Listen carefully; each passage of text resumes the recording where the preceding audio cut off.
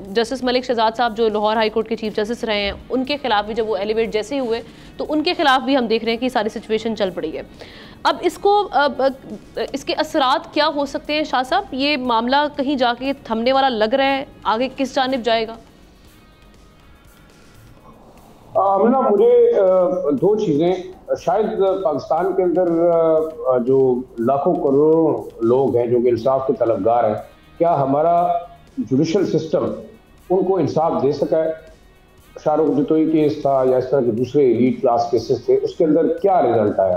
दूसरा, हम इस पर बात नहीं करते कि कौन सा जज कंट्रोवर्शियल है, क्योंकि मेरे ख्याल में ये ना मेरा डोमेन है, ना मैं इतना लीगल एक्सपर्ट हूँ। जैसे कि हमाद ने जिक्र भी किया कि पहले ये चीज़ें क्यों नहीं होती रही और अब क्यों होती, ये मेरे ख्याल में जब आप पोजीशन ऑफ पावर में आते हैं या कहीं आपका पॉलिटिकल कॉन्फ्लिक्ट आता है, उस वक्त ये तमाम चीज़ें निकाली जाती है। लेकिन मेरा सवाल ये है कि वाकई क्या हमारा जुडिशल सिस्टम इस मुल्क के अंदर ऐसा है कि जिसमें ग्रॉस रूट लेवल पे किसी गरीब आदमी को इंसाफ मिलता है?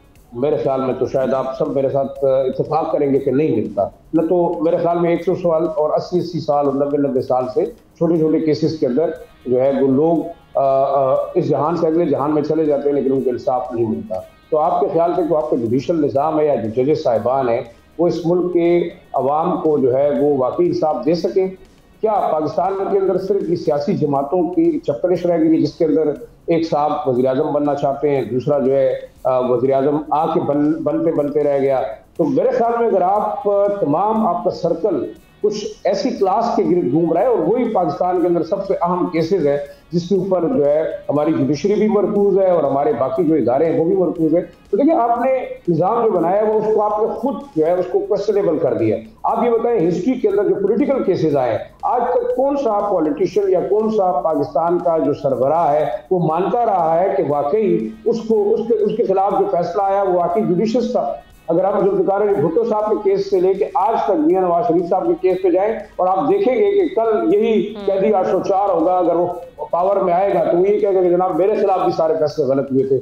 मैं ये समझता हूँ कि अगर आप एक इदारे के इंडिपेंडेंस को, चाहे वो जुडिशरी है, चाहे वो पार्लियामेंट है, चाहे वो आपके दूसरे इदारे, इंडिपेंडेंटली और ऑनेस्टली वो अपना काम करते रहेंगे, वो साइडें नहीं लेंगे, वो पोजीशंस नहीं लेंगे। बार बार एक बात करते लगारी साहब कि जनाब आपने पोजीशंस लेनी शुरू कर दी, जब पोजीशनें लेंगे तो आपके ऊपर कंट्रोवर्सी भी होगी, आपके ऊपर एतराजात भी होंगे। तो अब सवाल ये पैदा होता है कि कौन लेता है ये पोजीशन और क्यों लेते हैं? अब एक जो आखिरी नुकता है वो ये है कि आप इन तमाम जितने हमारे यहाँ अशराफिया या ब्यूरोक्रेट्स की अशराफिया है या जजेस की है, आप इनका सर्विस में आने से लेकर और रिटायरमेंट तक का रिकॉर्ड देखें कि ये कहाँ से शुरू हुए थे और कहाँ गए थे, और जब रिटायर हुए तो वो कितने खरबपति थे। तो देखिए मेरे ख्याल में सवाल तो उठते हैं और सवाल तो लोग करेंगे। अब तो ये हमारे 80% गरीब अवाम है जो बेचारे जिनको आपने रोटी कपड़ा मकान और रोजगार में डाला हुआ है, उनके पास उतना वक्त नहीं है कि वो ये पूछते रहे कि हमारे साथ हो क्या रहा है। जब आप निज़ाम बना रहे हैं,